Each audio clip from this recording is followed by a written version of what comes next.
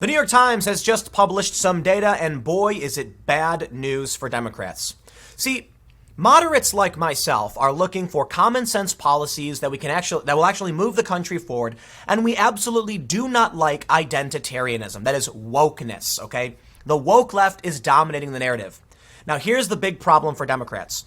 One of their strategies, and they go into great detail, and it is very frustratingly, dull. I'm not going to read through it. But they basically say Democrats are hoping to ignite new voters, people who didn't register, who aren't voters. They need to get those new voters with progressive policies.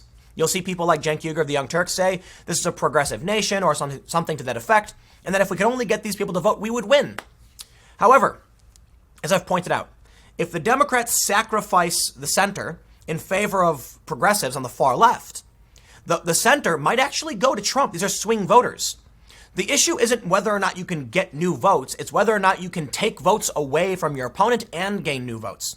For every moderate they lose and progressive they gain, they stay at net zero, and the Republicans might slowly be picking up those moderates. It is a bad play, but here's where it gets actually really bad for the Democrats. Excuse me.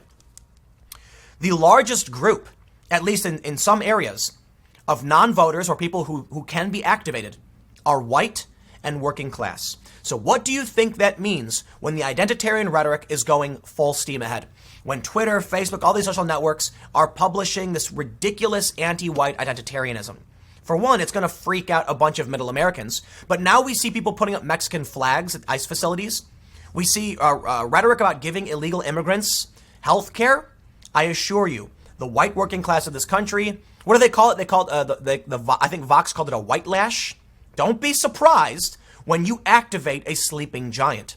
Now, they like to claim that's what they're doing. They literally have activist groups called sleeping giants. Sorry, the data shows otherwise. Let's take a look.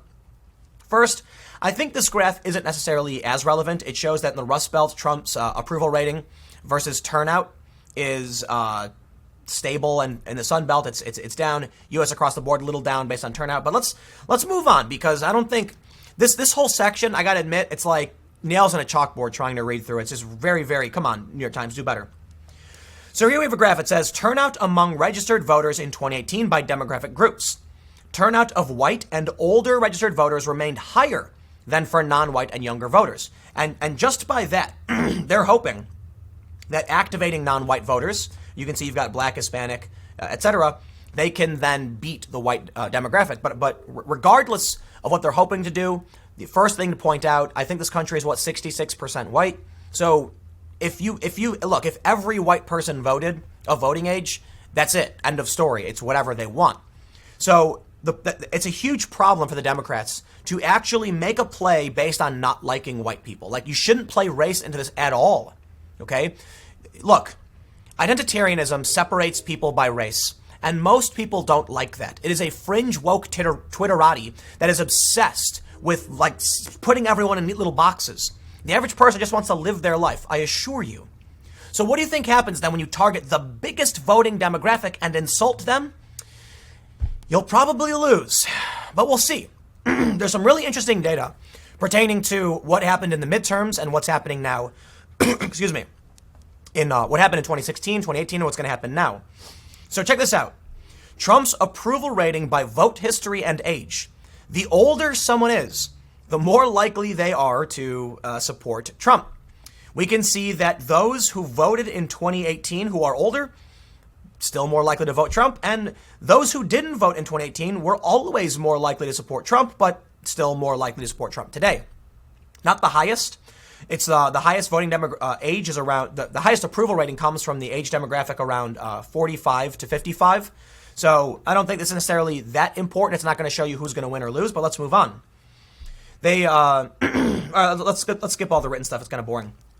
This is where it gets really interesting, because we can see some insights into why the Democrats won the House and what this will mean in 2020. And it is, again, bad news for Democrats.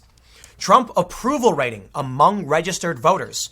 The president's approval rating was highest among those who voted in 2016 but stayed home in 2018. These are likely people who didn't know or care about midterms. My understanding is that most people don't care for midterms. They're focused on like the presidential election for the most part. Most people, or a lot of people, don't even vote in local elections. But check this out. For the people who voted in 2016 and 2018, their approval of the president is 47%. Now, the reason that's probably true is because that's getting a mix of Trump supporter voters, Hillary voters, and Democrat voters in the midterms. So it'll have Trump a little bit below 50. Check this out. Voted in 2016 and not 2018. 50% approval rating. Now, this makes sense. In 2016, you had, half the country against Trump, half for. But the midterms swung for the Democrats. So this shows us that people who didn't vote in 2018, their approval rating, 50%. Otherwise, if they voted, the Democrats wouldn't have won. Now, here's the inverse. People who voted in 2018 and not 2016, that's the midterms and not the presidential election. If people voted, and the approval rating is 36%. If people voted and they don't like Trump in 2016, he may have lost.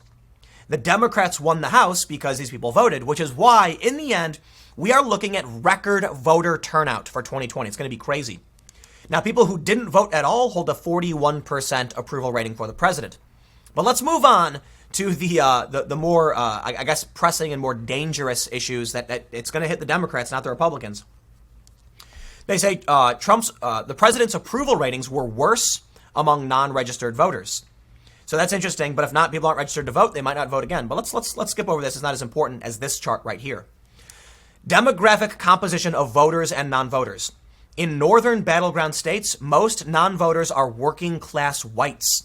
Non-voters are disproportionately non-white in the Sun Belt. So we can see here, 60% of unregistered voters are whites with no degree, working class whites. Registered but didn't vote, 68%. That means if you activate these people, if you have people who are registered but didn't vote, and you get them out to vote, they're more likely to be white and with no degree. They're more that demographic typically supports Trump. But I'll tell you this: regardless, white college grads tend to be like progressive and woke. Not always, but tends to be. The white working class are not going to enjoy being smeared and slammed on and hearing about their health care and their jobs being shipped overseas. It's one of the reasons Trump won, period. Now, of those who voted in 2018, only 48% were whites with no degree.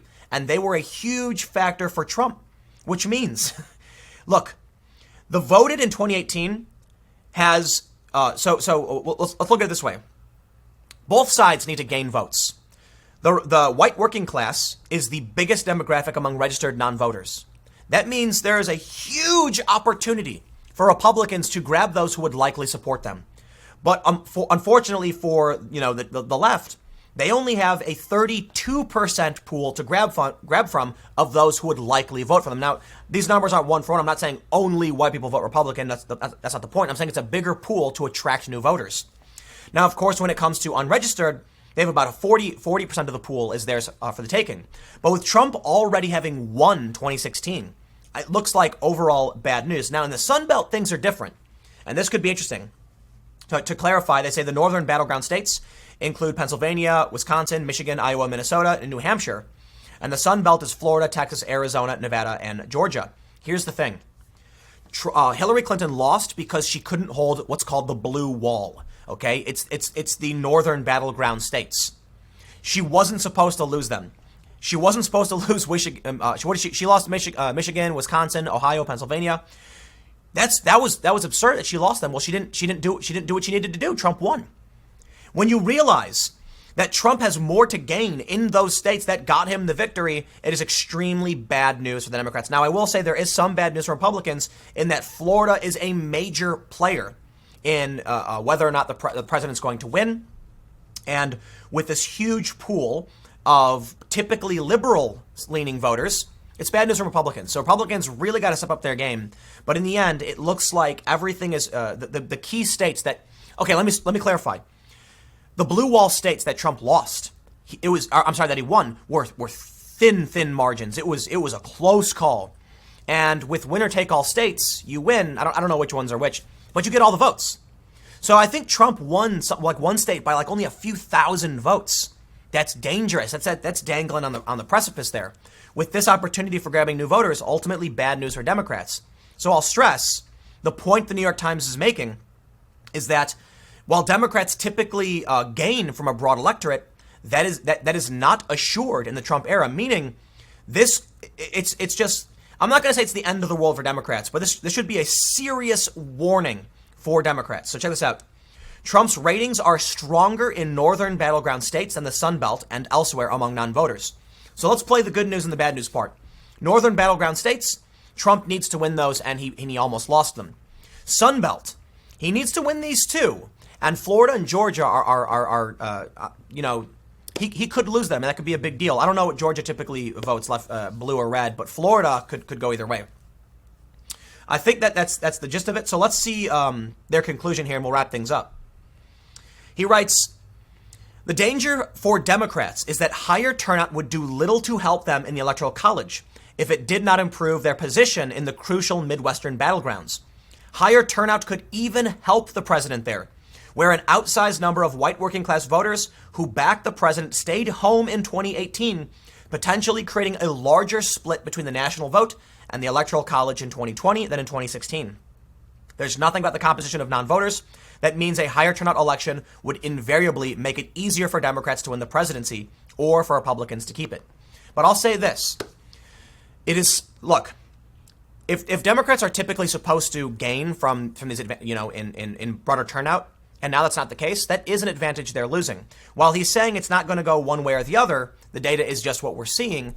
I think it's fair to point out Trump definitely is at a disadvantage in the Sun Belt, but a huge advantage in the northern battleground. I think this is leaning in favor of Trump. Bad news for Democrats. But just because, okay, so let me rephrase this to try and avoid hyperbole and bias.